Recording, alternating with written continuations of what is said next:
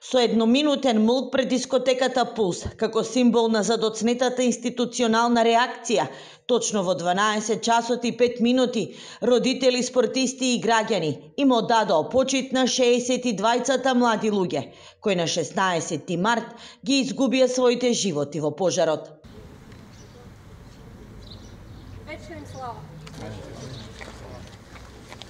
Кочани се обедини во чест на загинатите. Велосипедската тура во која учествуваа над 300 велосипедисти ја иницираа родителите. Дали треба да ни се случат трагедии за да си подадеме рака и да се сплотиме? Да си бидеме поддршка и да сме сите заедно. Заедно сме. И даваме поддршка на сите повредени, посакувајќи побрзо оздравување. Овде сме, не се откажуваме, ќе се бориме, не се предаваме. Заслужуваме одговори и инсистираме за нив, барајќи одговорност.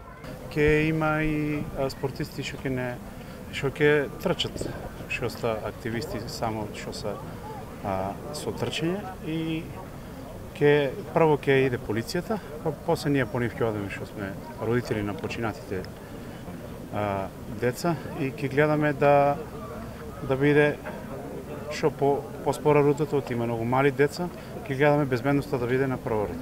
И по нецели 2 месеци од трагедијата градот се уште е завиен во тишина и болка, а кочанчани тагуваат по своите сограѓани. Велат ќе бидат потребни децении за животот повторно се врати во нормала. И старо и младо се како да ни земаа некој еден клас од градот ни земаа ученици, како тоа. Друго што да кажам.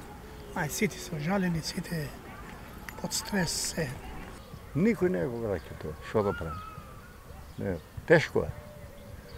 Највише е родителите тешко, така ли? Секој си знае. Истрагата за дискотеката Пулс, како што претходно информираше и јавниот обвинител Коцевски, треба да заврши на 17 јуни.